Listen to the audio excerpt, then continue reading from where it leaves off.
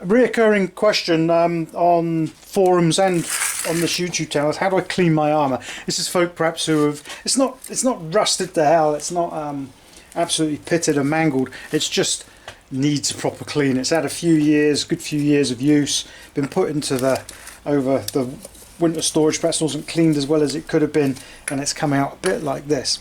Now these are a pair of arms. I didn't make these, they've been sent to me by a customer who wants me to stick a integrated English style spolder and rear brace on it, because it came with these little stubby ones eventually. He's also asked me to tidy it up. You can see the leathers have got a bit tired, buckles are a bit mangled, and it's just dirty and got a light rust on it in places, but hasn't pitted so much. Now you can just try and clean this straight to the surface, but if you're trying to do a proper job, you need to take it to bits. And I often see people say, what's a good first job for me to do as an armourer if I want to become an armourer? And probably honestly the best thing you could do is get hold of your friend's armour if you don't have any, and take it to bits, give it a clean and reassemble it for them, and you'll learn about how all these things mesh and work together. So we're going to give it a good clean. We're not going to really get down to it and try and lift it back to sort of polished steel mirror finish. What we're going to do is we're going for a brush sort of steel look like this one here. Okay, so we're just going to take it back to that sort of matte finish. The first thing to do then is get all these rivets off, pop it all off, get these straps and bits and pieces off, and give it a paint on the inside. So I'll get it apart and then we'll take a look at it. So I've taken it to pieces, the arm we were looking at. Here we go, there's bits of it. And what I've done is given it a lick of paint on the inside.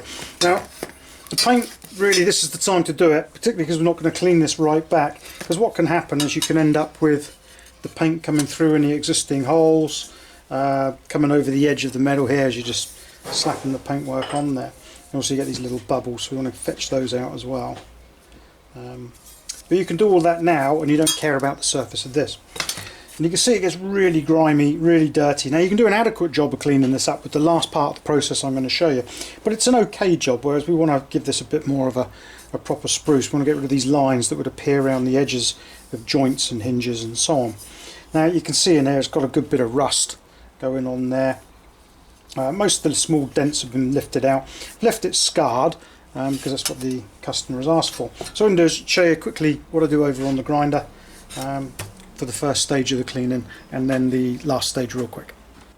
I've got a bench grinder here, and on it at the moment I've got a 150 Scovax wheel. Now don't worry about the Scovax and the grit and the mop and all this sort of stuff. Basically you want to stay around about a 150, whether you're doing that with hand or sandpaper, or whether you're doing it with something like this or a handheld grinder. I like the Scovax because what happens after a while is you end up with good bits of Scovax and then bits of mop coming through and all sorts, and it's just not very aggressive. You don't want to really go below 150. 200 will do, 250 will do the job just as well, you'll just be there a wee bit longer. And what we're going to do is we're going to lift this surface rust off and clean it back.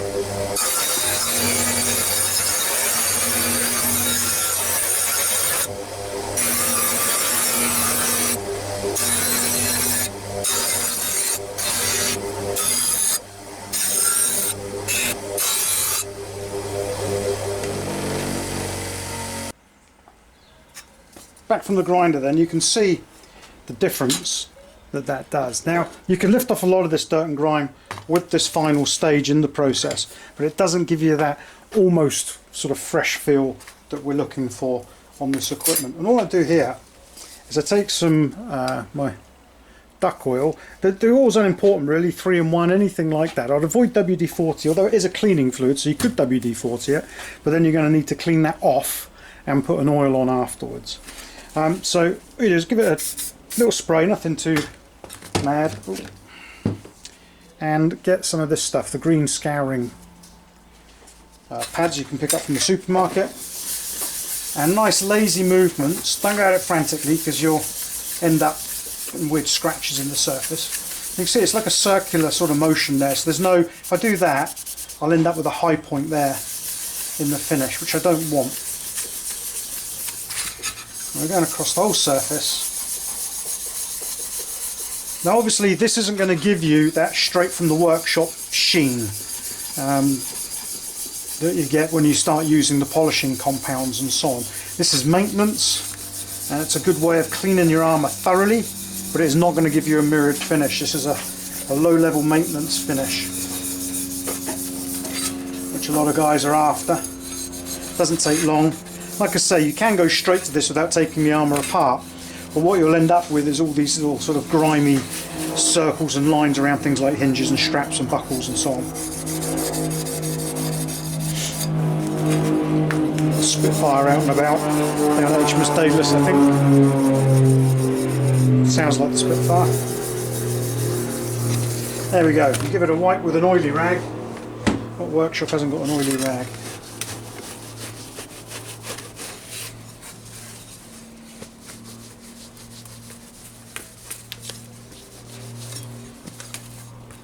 And there we go. Let me just check that on the camera. There we are. You compare it to how it started. Zoom in a little bit. Not the best filming in the world, this, alright? But you can see there, when you compare one to the other, what they're like. And it doesn't take very long. You should be able to get the lower part of an arm done with the buckles changed and all of that lot in a couple of hours, unless there's any major work to be done. When that goes together, it will look almost brand new, which is where we're trying to take it. So there you go, it's really straightforward, and all that remains is the buckles and the straps and so on, but that's all pretty rudimentary stuff. There's a good way of cleaning your armour. You could clean an entire harness in about sort of 2, maybe 3 days in this fashion, and stow it away for the winter and know that when you go back to it, it's going to be lovely and clean. So I hope that was useful to somebody. There's been lots of questions about it on this YouTube channel and on forums and things. What do I do to clean my armour? If you've got more rust, take it back to like an 80 grit or something, and then just know that the Scovaxing, you're going to actually be removing those scratch marks as opposed to just removing dirt and grime. So there you are. Hope that was helpful, and I'll catch you in the next video.